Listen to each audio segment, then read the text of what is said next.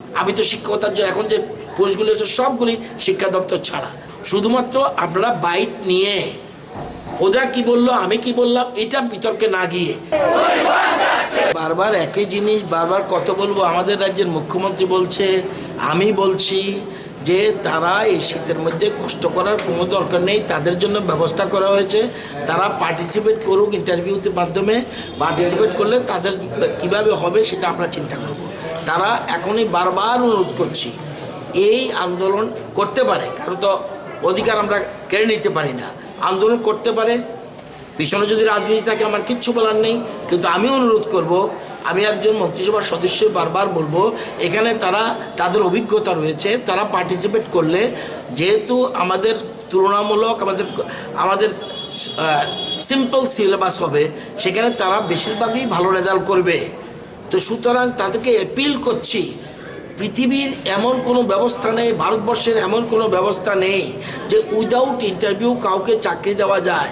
যেহেতু supreme court পরিষ্কার বলে দিয়েছে পৃথকভাবে কোনো হেল্প না করার জন্য, আলাদা কোনো ফ্যাসিলিটি না দেওয়ার জন্য, তারপরও আমরা কমন রিক্রুটমেন্ট রুলস করেছি এবং সেখানে পরিষ্কার অন্যদের সাথে তারাও ইন্টারভিউ অ্যাপিয়ার করবে। আমার বিশ্বাস তাদের বেশিরভাগ টিকবে। যদি না টিকে, এটা আমরা আজকের পরে আরেকদিন বলবো না, কিন্তু যদি না টিকে তারপরেও আমাদের মাথায় রয়েছে কি করা যায়। কিন্তু আন্দোলন করে অফার তার ওনাদের আন্দোলনস্থলে যাবে, এটা হয় কোথাও? ভারতবর্ষে কোথাও রেকর্ড আছে যে আন্দোলনের জায়গায় গিয়ে কেউ অফার বিলি করে, অ্যাপয়েন্টমেন্ট দেয়? আর যেখানে সুপ্রিম কোর্ট বলেছে ওনাদেরকে কেউ বিভ্রান্ত করছে। আমি অনুরোধ করব বিভ্রান্ত না হওয়ার জন্য, বর্তমান যে প্রসিডিউর চলছে এটাতে পার্টিসিপেট করুক, পরেরটা আমরা দেখব। তারা বলছে বারবারে যে সরকারি কোনো প্রতিনিধি এখনো তাদের সাথে দেখা করেনি, সেই বিষয়টা এটাও ভুল।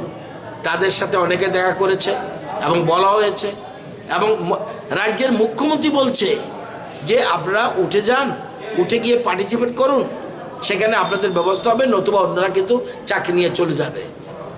মুখ্যমন্ত্রী বলার পরে আমি একজন মন্ত্রী বলে বলার কি অর্থ আছে? আমি তারপরে মুখ্যমন্ত্রীর সাথে সুর মিলিয়ে বলবো যে আজকের পরে আর থাকার দরকার নেই, উঠে যান। এই যে এগুলি তো রেকর্ডেড, এই যে কথাগুলি বলছি রেকর্ডেড না। ওরা যদি দেখাতে, আমরা বলছি যদি কোনো কোর্টের একটা কাগজ এনে দেখাতে পারে আমরা দিয়ে দেব। আমি তো কোর্টের, আমি যেন জেলে যেতে পারবো না তো। আমি কি এমন কোনো ব্যবস্থা, আপনারা তো জনপ্রতিনিধি, আপনারা তো সাংবাদিক বন্ধু, আপনারা গণতন্ত্রের একটা স্তম্ভ, আপনারা বলুন উইদাউট ইন্টারভিউ আমরা কোনো অফার দিতে পারবো তাদেরকে? আপনারা জানেন দিতে পারবো না। মানিকবাবু কি বলল বা বাদলবাবু কি বলবো, এটা ব্যাপার নয়।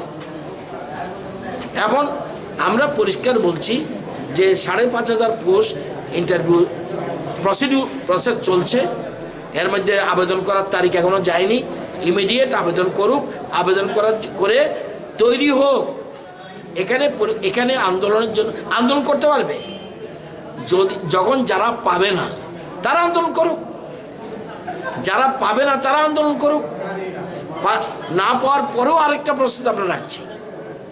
আমাদের মানসিকতা রয়েছে, আমাদের ভীষণ ডকুমেন্টে বলেছি তাদের প্রতি আমরা সিম্পাথাইজড এবং মানবিক দিক বিচার করে আমরা তাদের দেখব।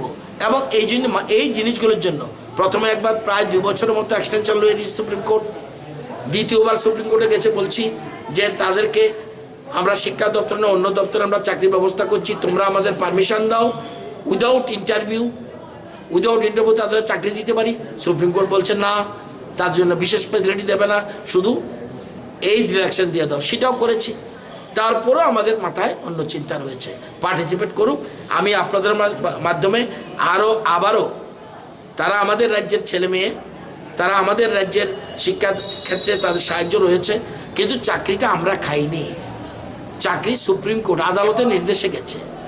এখন আদালতের নির্দেশ না দিলে, আমি তো শিক্ষকতার জন্য এখন যে পোস্টগুলি হচ্ছে সবগুলি শিক্ষা দপ্তর ছাড়া, সুতরাং পার্টিসিপেট করুক, আপনারাও সহযোগিতা করুন।